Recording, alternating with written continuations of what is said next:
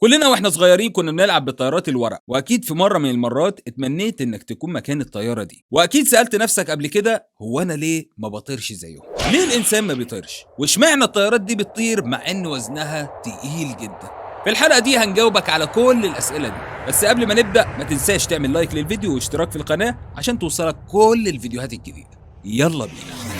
في البداية لو انت كنت بتفكر كده زمان، احب اقولك انك مش لوحدك اللي كنت بتفكر كده، في ناس كتير جدا فكرت كده، منهم العالم عباس بن فرناس اللي اتولد في الاندلس وكان عالم مسلم ومخترع، وكان بيدرس حركة الطيور واجنحتها وازاي بتطير وبترتفع في الجو، وده عن طريق انه صنع رداء من الريش وبقى شبه جناح الطير، ولبس الجناحات دي وطلع فوق مكان مرتفع جدا وحاول انه يطير، وفعلا استطاع انه يفضل شويه في الهواء، بس المحاوله ما نجحتش وما عرفش ينزل على الارض بسلام واتعرض لشويه جروح.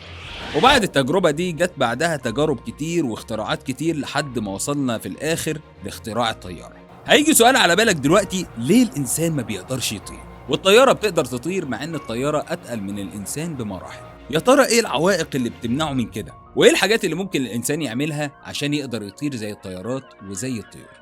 احنا لو فكرنا شوية هنلاقي ان اول حاجة محتاجينها عشان نطير هي الاجنحة، لان الاجنحة هي اهم آلية خاصة بعملية الطيران، وده لانها السبب الرئيسي في ثبات واتزان الجسم في الهواء، لان طبيعة الهواء ما بيساعدش على الثبات الا لو في سطح او مساحة كبيرة بتقاومه وبتحصل منه على قوة دفع عشان ترفع الحاجة اللي بتطير لفوق، زي مثلا الطيارات الورق ومظلات الباراشوت، وكذلك اجنحة الطيور، ودول بيقدروا بطريقة معينة انهم يقاوموا الهواء ويحصلوا منه على قوة دفع. والطيارات الورق دي هي طيارات بسيطة ما فيهاش محرك ومش موجود في هيكلها غير أجنحة بس ومصدات للهواء.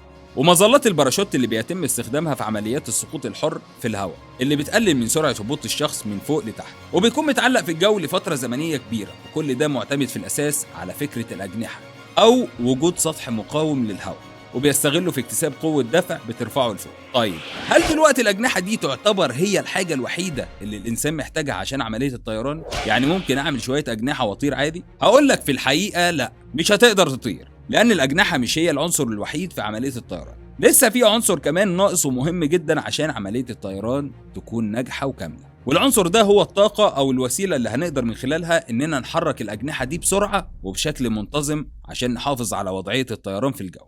لأن أي جسم بيطير في الهواء متوفر فيه شرطين، الشرط الأول وهو الأجنحة واللي هتساعده إنه يكون في حالة اتزان وتعمل قوة دفع بينه وبين الهواء، والشرط الثاني في الطيران بعد الأجنحة هو توفر طاقة للأجنحة، وبدون الطاقة دي مش هتقدر عملية الطيران تستمر لوقت طويل. الموضوع عامل بالظبط زي موضوع الطيارة الشراعية، لأنها أكبر مثال على حالة الطيران اللي بتتوفر فيها أجنحة مثالية ومن غير أي طاقة بتقدر تحافظ على استمرار تحليق الأجنحة في الهواء لفترة كبيرة. ولأن أصلا الهدف من الطيران الشراعي هو البقاء في الجو لأطول مدة ممكنة، وبكده نكون عرفنا إن أي جسم عشان يطير هيحتاج لشرطين أساسيين، الأجنحة والطاقة، وهم دول السر لأي عملية طيران بنشوفها. ومن خلال الشرطين دول نقدر نقول إن ممكن أي حد يحصل على الأجنحة ويحاول يطير، لكن مش سهل أبدا إنه يحصل على القوة اللي تقدر تحرك الأجنحة دي. عشان كده عملية الطيران بالنسبة للطيور عملية مكلفة جدا من ناحية الطيران، وغالبية الطيور تقريبا بتقضي معظم أوقات يومها في البحث عن الغذاء والحبوب عشان تحصل على الطاقة اللازمة للطيران. ولو الإنسان عايز يطير زي الطيور أكيد هيحتاج أضعاف مضاعفة من الطاقة والغذاء عشان يقدر يعمل المهمة دي. عشان كده سبحان الله خلق كل حاجة ولها قدراتها الخاصة وإمكانياتها عشان تقدر تأدي وظيفتها، والشروط دي كانت أول خطوة في عمل أول طائرة على الإطلاق. تصميم الطائرة مبني على قانون نيوتن الثالث للحركة، اللي بيقول إن لكل فعل رد فعل بيساويه في المقدار ومضاد له في الاتجاه، وبكده أجنحة الطيارة هتدفع الهواء لتحت، وده الفعل.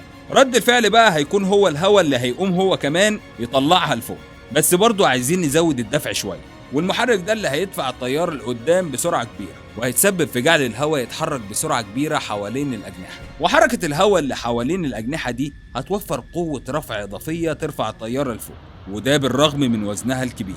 والمحرك والأجنحة مع بعض هيعملوا قوة تسمح للطيارة إنها ترتفع وتتحرك في الهواء.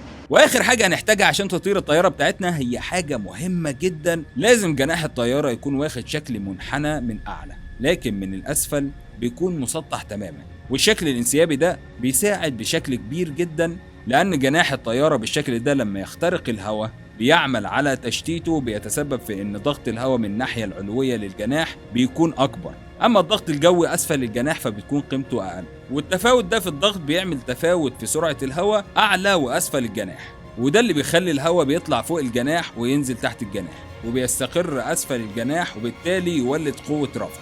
كمان بتساهم في رفع الطيارة لأعلى كل ما سرعة الطيارة بتزيد. عشان تحصل عملية التشتيت وتطير في الهواء فهي محتاجة قوة دفع للأمام عن طريق المحرك، ومحتاجة قوة اتزان تقاوم الهواء وتخلي الطيارة متعلقة في الجو وبتنزل الهواء لتحت، وده اللي بيوفره تصميم الأجنحة بشكل انسيابي. وبكده تكون حلقتنا خلصت، واللي جاوبنا فيها على سؤال ازاي الطيارة بتطير. ولو عندك أي أسئلة تانية اكتب لنا في التعليقات، وما تنساش تعمل لايك للفيديو واشتراك في القناة عشان يوصلك كل الفيديوهات الجديدة. سلام.